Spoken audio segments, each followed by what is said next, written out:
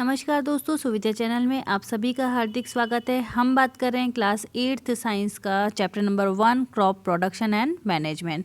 तो आज की क्लास में हम बात करेंगे इरिगेशन प्रोसेस की। इरिगेशन जिसे हम कहते हैं सिंचाई हिंदी में, यानी पौधों को जो पानी देने की जो प्रक्रिया है एक निश्चित अंतराल के बाद खेतों को, वो प्रोसेस कहलाता है इरिगेशन। अब हम देख लेते हैं, all living beings need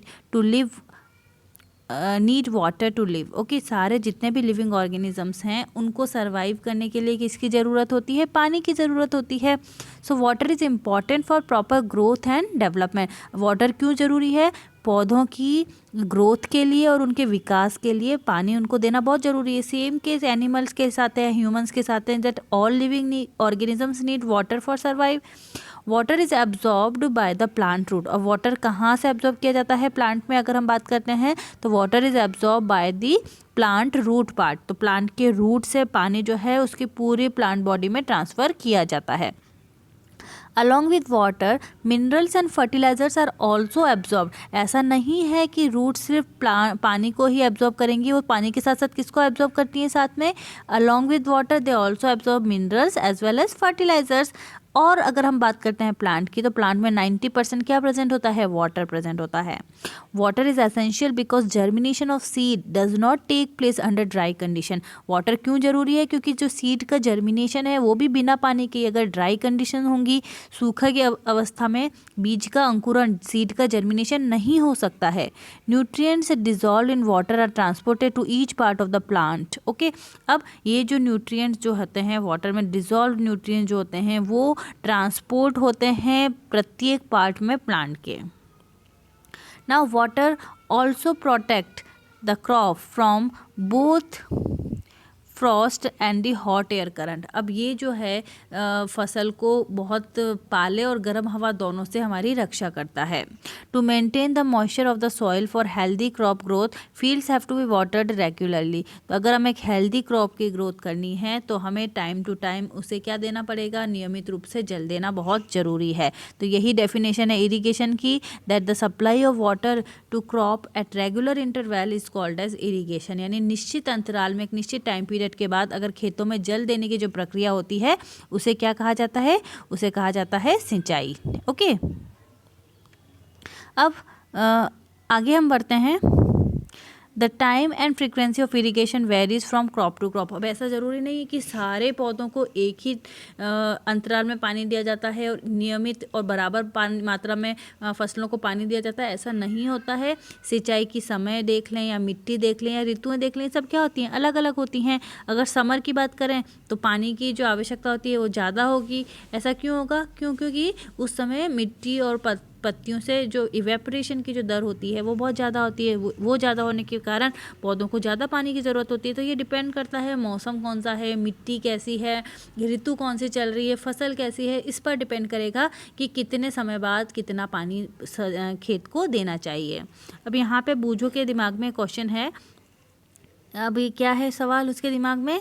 that I am very careful this year about watering the plant. Last summer my plants dried up and dried. ठीक है, इस वर्ष वो पानी देते समय बहुत ज़्यादा सतर्क है। क्यों? क्योंकि लास्ट ईयर तो क्या हुआ था, गर्मी के कारण उसके सारे पौधे सूख गए थे। अब पानी देने के लिए स्रोत कौन कौन से होने चाहिए? इरिगेशन के सोर्सेज क्या क्या हैं? So the main source of irrigation are wells, tubewells, ponds, lakes, rivers, dams and canals. अब मुख्य रूप से अगर हम सिंचाई के स्रोत देखें तो कुएँ, तालाब, झील, नदियाँ, बांध, नहरें, ये सब क्या हो सकती हैं? इरिगेशन का सोर्स हो सकती हैं। अब यहाँ पर आप देखेंगे कि यहाँ पर 2 मेथड दिए गए हैं इरिगेशन के। इरिगेशन के 2 मेथड में, एक तो होता है मॉडर्न मेथड और एक होता है ट्रेडिशनल मेथड। तो ट्रेडिशनल मेथड यानी जो पुराने समय में या जो पारंपरिक तरीका हम कह सकते हैं, वो मेथड, उसके द्वारा कैसे सिंचाई की जाती है। और दूसरा मेथड हो जाएगा जो आधुनिक मेथड हो जाएगा, मॉडर्न मेथड, कि आज के ज़माने में मेथड किसके द्वारा इरिगेशन कैसा किया जाता है। तो पहले हम क्या देखेंगे? पहले हम देख लेते हैं ट्रेडिशनल मेथड। अब ट्रेडिशनल मेथड में क्या है, the water available in wells, lakes and canal is lifted up by different method in different regions for taking to the field. अब कुओं से या झीलों से या नहरों में क्या होता है, पानी होता है, तो उस पानी को ही निकाल कर खेतों तक पहुंचाने की जो प्रक्रिया थी वो ट्रेडिशनल मेथड में क्या कहता है, अलग अलग तरीकों के द्वारा की जाती थी कि भाई कुएं में पानी है या झीलों में पानी है या नहरों में पानी है, और उस पानी को कैसे भी वो निकालते थे किसी भी टेक्निक के माध्यम से, और उसे फिर वो खेतों में भेजा जाता था। कैटल और human labour is used in these method. इसमें या तो वो जानवरों का यूज़ करते थे, कैटल्स मवेशियों का उपयोग करते थे, या कुछ मजदूरों का उपयोग करते थे, और उसके माध्यम से ये प्रोसेस करते थे। अब ये मेथड सस्ते तो थे, दीज मेथड्स आर चीपर और बट लेस एफिशिएंट, लेकिन इनमें ये कम एफिशिएंसी वाले होते थे, कम दक्षता वाले होते थे। अब कौन कौन से मेथड हैं ट्रेडिशनल मेथड? पहला है पुली सिस्टम या मोट सिस्टम, ठीक है, जिसमें क्या होता था, घिरनी लगी होती थी और घिरनी के माध्यम से यहाँ पे आप देख सकते हो कि यहाँ कुएं के आगे ये घिरनी लगी है और इससे ये पानी खींचकर कहाँ ट्रांसफ़र किया जा रहा है, ये खेतों को ट्रांसफ़र किया जाता है। उसके बाद आया है चेन सिस्टम, यहाँ डायग्राम में आप देख सकते हो चेन सिस्टम। उसके बाद आया है ये ढेकली, और एक है ये रहट। रहट में क्या होता था, दो पहियों का उपयोग किया जाता था, एक हॉरिजॉन्टल होता है और एक वर्टिकल होता था, और उसके आधार पर बहुत सारी बाल्टियों के माध्यम से पानी जो था एक बार बार कुएं में ट्रांसफ़र होता था। जिस प्रकार से ये जानवर घूमता जाता था उस हिसाब से यह पानी भी भरता जाता था और इसको बाद में ट्रांसफ़र कर दिया जाता था निश्चित जगह पर। तो ये जो चार मेथड हैं वो चारों मेथड ट्रेडिशनल मेथड के अंतर्गत आ जाएंगे। पहला जगह मोट सिस्टम, दूसरा जगह चैन पम्प सिस्टम, तीसरा हो जाएगा ढेकली, और चौथा हो जाएगा रहट। इनको आप इन डायग्राम से समझ सकते हैं। अब pumps are commonly used for lifting water. अब इनके ऊपर पानी को ऊपर खींचने के लिए किसकी ज़रूरत होती है? पंप का उपयोग किया जाता है, और पंप को चलाने के लिए वो डीजल का उपयोग भी कर सकते हैं, बायोगैस का उपयोग भी कर सकते हैं, इलेक्ट्रिसिटी का या सनलाइट का उपयोग, सनलाइट से जो इलेक्ट्रिसिटी के द्वारा इन सारे मेथड्स का उपयोग किया जा सकता है ताकि पंप का उपयोग किया जा सके और उससे पानी को ऊपर खींचा जा सके। तो ये चार मेथड कौन कौन से हमने देखे? मोट, चैन पम्प, ढेकली और रहट। ये तो हैं ट्रेडिशनल मेथड। अब हम आ जाते हैं मॉडर्न मेथड कौन कौन से इरिगेशन के।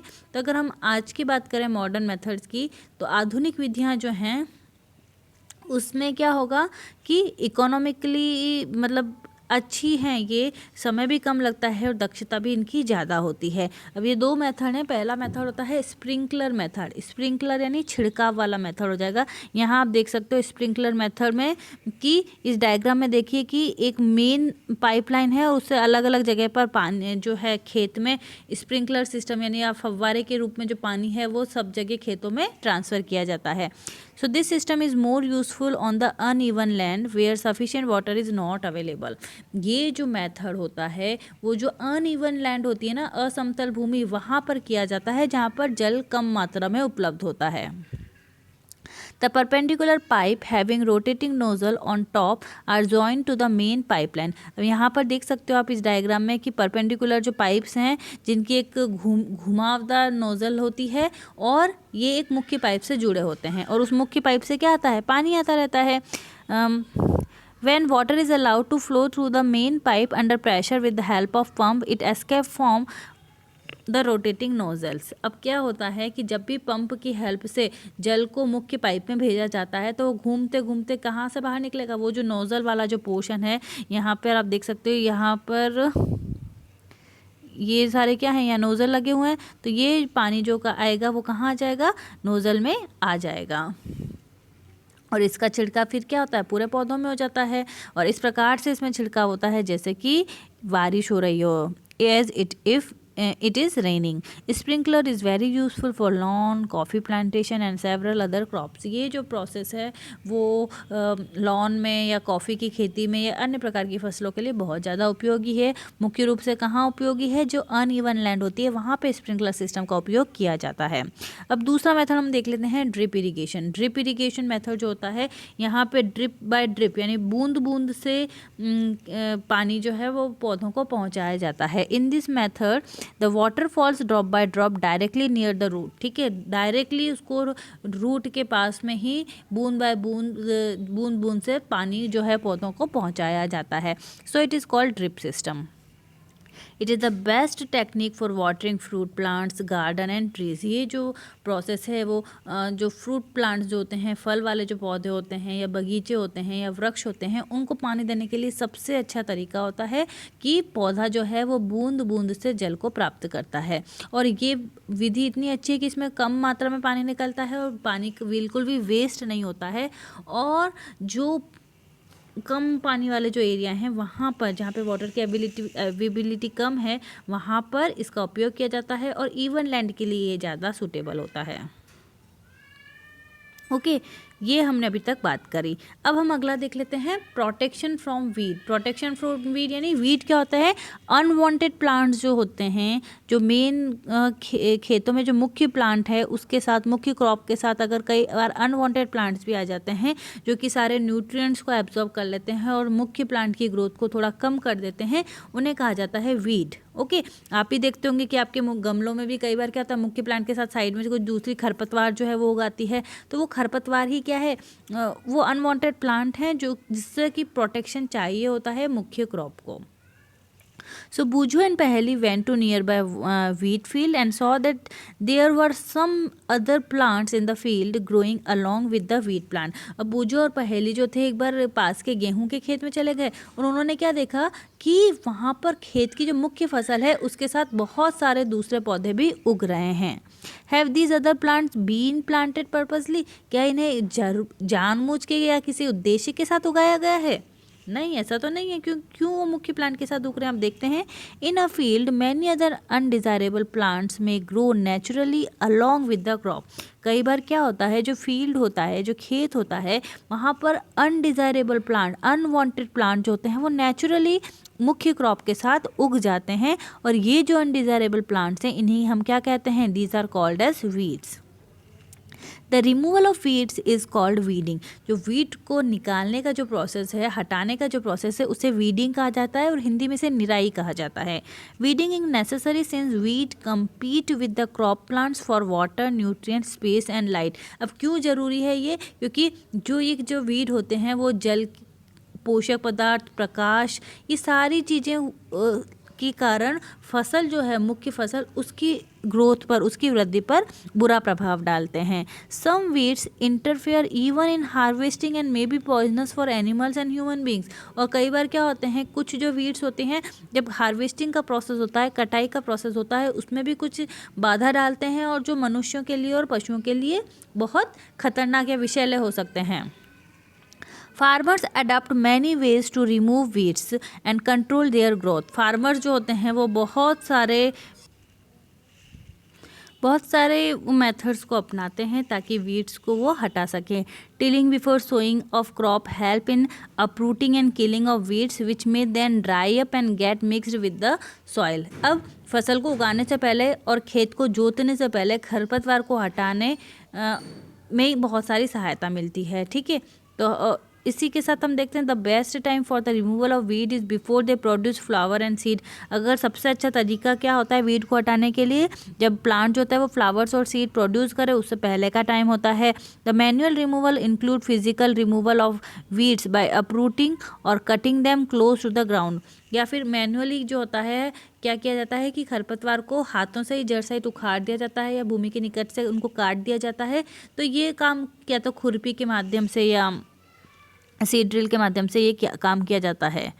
Weeds are also control by using some chemicals called weedicide. अब कई बार क्या होता है, कुछ रसायनों का प्रयोग भी हम कर सकते हैं ताकि हम खरपतवार को नियंत्रित कर सकें, जिन्हें कहा जाता है वीडीसाइड। वीड को ख़त्म करने वाले हो गए वीडीसाइड। एग्जाम्पल क्या हो जाएगा? 2,4-D।